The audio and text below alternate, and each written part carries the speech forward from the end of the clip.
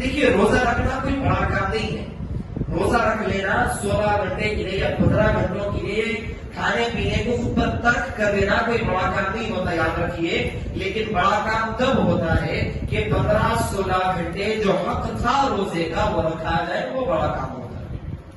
یعنی جو 15 یا 16 گھنٹے جتنا وقت، جتنا ساعت ہے روزے کا، جتنی گھڑی ہے روزے کی، جتنا وقفہ ہے روزے کا،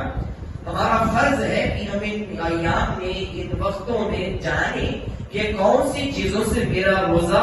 درجہ ثواب کو پہنچے یا کون سی چیزوں سے میرا روزہ درجہ فسق و فجر پر پہنچے گا، یعنی ختم ہو جانے کی نوبت پر پہنچنے والا ہوگا. تو عزیزان گرامی قدر، آئیے دیکھتے چلیں ان مہینوں میں کون سے ایسے کاموں کو ہم، ہماری ذمہ داری ہے کہ سمجھیں کہ جس سے صبح کی سحری کرنے کے باوجود، رات کی افطار کرنے کے باوجود بھی میرا روزہ قبول نہیں ہوتا. ایسی بہت ساری چیزیں ہیں جو ہم جانے جانے میں کر دیتے ہیں. سب سے پہلی چیز نبی صلی اللہ علیہ وسلم فرماتے ہیں جو کاسب، جو کسب کرنے والا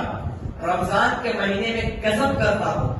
اور اس کے کسب میں اگر وہ جھوٹ پر وہ مبنی ہو، یعنی جس کا کسب میں، لین دین میں، تول ترازو میں اگر اس کے جھوٹ شامل ہے، یعنی اگر وہ 100 کی چیز لے کر اگر اپنا مفاد رکھ کر اگر زیادہ مفاد بتاتا ہو، یعنی اگر 100 کی چیز لے کر 20 روپے منافع رکھ کر یہ کہتا ہو کہ میں نے تو یہ چیز 150 میں لی تھی، میں بس 15 اپنا منافع رکھ کر بیچ رہا ہوں، رسول اللہ فرماتے ہیں پہلی چیز ہوگی جس سے روزہ بھی تمہارا ٹوٹ جانے والا ہوگا. تو یہاں پر کو اگر حالت رمضان میں روزوں میں کسب بھی کر رہے ہو، دیکھ کر کرنا، ورنہ کسب سے کہیں روزہ تمہارا ٹوٹ جائے. تو یہاں پر پہلی چیز معلوم ہوئی کسب پر نظر کرنا. فَيَرْجِعُوا إِلَىٰ مَا كَسَبِكُمْ، دیکھو اس کسب کو جو تم کر رہے ہو، ورنہ کہیں وہ تمہارے روزے کو نہ توڑ دے. تو پہلی بات معلوم ہے کیا ہوئی، ایسا کسب نہ کرے اس مہینے میں کہ جو جھوٹ پر مبنی ہو، کہ جس میں آپ کو چند چیزیں جھوٹ بول کر کمانے کی نوبت پڑ جائے.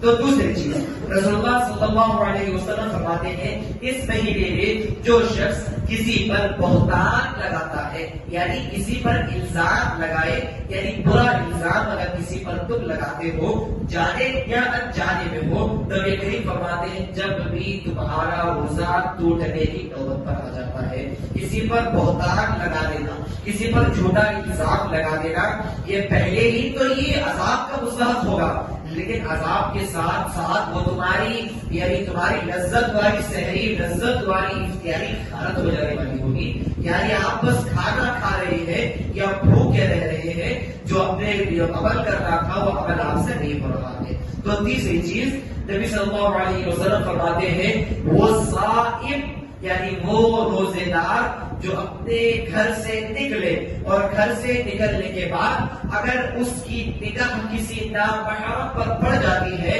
اور وہ نظر سے اگر اس پر شہوت طاری ہو جاتی ہے، یعنی اگر کسی غیر محرم پر کہ جو عورت کو دیکھنا اس پر حرام ہے، اگر اس عورت پر اس کی نظر پڑ جاتی ہے اور وہ نظر سے اس پر ایک کیفیت طاری ہو جاتی ہے، شہوتی کیفیت طاری ہو جاتی ہے، یعنی اسے دیکھ کر اگر اسے لذت محسوس ہو جائے، خواہ نبی بتاتے ہیں ایک سوئی کے ناکے برابر بھی وقت تک ہو، نبی فرماتے ہیں جب بھی اس کا روزہ فاسق و فاجر کے درجے پر پہنچ جانے والا ہوگا. کتنے وقفے کے لذت، سوئی کے ناکے میں جتنا وقت لگتا ہے سوئی کو داخل کرنے میں، نبی فرماتے ہیں اتنا وقفہ بھی اگر تمہارے ذہن میں اس عورت کی لذت آئی ہو، نبی فرماتے ہیں تمہارا روزہ ٹوٹ جانے کے درجے پر پہنچ گیا ہوگا. تو دیکھیے چوتھی چیز نبی صلی اللہ علیہ وسلم فرماتے ہیں وہ روزے دار جو بھوک کو برداشت نہ کرتے ہوئے افطاری کا انتظار کرے، یاد رکھو اس کا روزہ بھی ٹوٹ جانے کے درجے پر پہنچ جانے والا ہوگا. ہاں حدیث ہے کہ مغرب کا جب وقت قریب ہے، جب آپ ہاتھ میں کھجور و پانی لے کر بیٹھ کر جب افطار کا انتظار کرے وہ سنت ہے، یعنی کھجور ہاتھ میں لے کر، پانی کا پیالہ لے کر جب آپ مصلی پر بیٹھتے ہیں اور تب آپ جب افطار کا انتظار کرتے ہیں، کیونکہ نبی فرماتے ہیں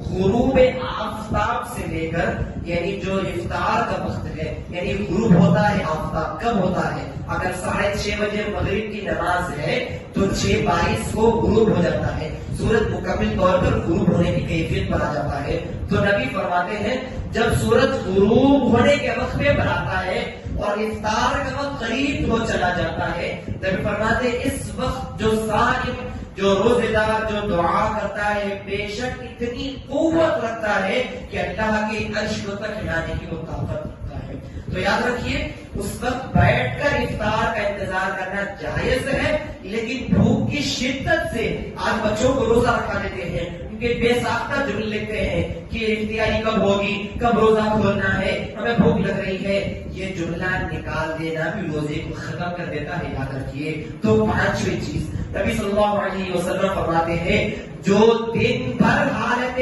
وضو میں نہ رہے، یہ آپ نے مسئلہ کبھی سنا ہوگا، رسول اللہ فرماتے ہیں جو روزے دار دن بھر حالت روزے میں اگر باوضو نہ رہے، نبی فرماتے ہیں اس وقت بھی اس کا روزہ حالت فسق کے درجے پر آ جانے والا ہوگا۔ یعنی اگر میں نے فجر کی نماز گزاری، تھوڑی دیر آرام کرنے کے بعد اگر میں بیدار ہوا، مثال 7-8 بجے یا 9-10 بجے اگر میں بیدار ہوا، 10 بجے سے لے کر شام 6 بجے تک اگر اس وقت تک میں جب بھی فارغ ہونے گیا، نبی کی سنت تھی، نبی فرماتے تھے فوراً وضو کی حالت میں رہ جاؤ، کیونکہ پہلے ہی روزے کی حالت میں مرنا ثواب ہے، روزے کی حالت میں موت آنا بڑا عظیم مقام ہے، اور اس وقت میں بھی اگر تم حالت میں وضو میں ہو تو شہادت کا درجہ نصیب ہونے والا ہوگا۔ تو یاد رکھیں نبی فرماتے ہیں لیکن جو اسے اختیار نہ کرے، لیکن جو اپنی بیداری کے بعد سے افطار تک حالت وضو میں نہ رکھے، نبی فرماتے ہیں وہ عمل بھی اس کے روزے کو ختم کرنے کی نوبت پر آنے والا ہوگا۔ یہ چھوٹی چھوٹی چیزیں ہیں جو سنی نہ ہوگی آپ نے، لیکن آپ کے لیے بے شک کارگر ثابت ہونے والی ہوگی۔ چھٹی چیز نبی صلی اللہ علیہ وسلم فرماتے ہیں وہ روزے دار کہ جس کا دن کا ایک اشرا نیند میں گزرا ہوگا، یعنی آپ نے صبح سحر کر لی تھی، سحور کر لی تھی، ظہر کے وقت آپ اٹھے ہیں، تو نبی فرماتے ہیں اس شخص کا بھی روزہ درجہ قبولیت کے درجے پر نہ پہنچنے والا ہوگا۔ تو میں دوبارہ جملے دہرا دیتا ہوں، رسول اللہ فرماتے ہیں وہ روزے دار کہ جس کے دن کا ایک تہائی حصہ، کہ جس کے دن کا ایک عرصہ، ایک وقت زیادہ وقت حالت نیند میں گزرا ہوا ہوگا، نبی فرماتے ہیں کہ اس کا روزہ بھی قبول نہ ہونے والا ہوگا۔ آج ہم سحری کر لیتے ہیں لیکن آرام سے سو کر ظہر کے وقت پر اٹھ جاتے ہیں، تو یاد رکھو وہ بات گارنٹی دیتا ہے کہ تمہارا روزہ اس دن تک قبول نہیں ہوا ہے۔ تو یاد رکھیے دن تھا عبادتوں کے لیے بھی ہے،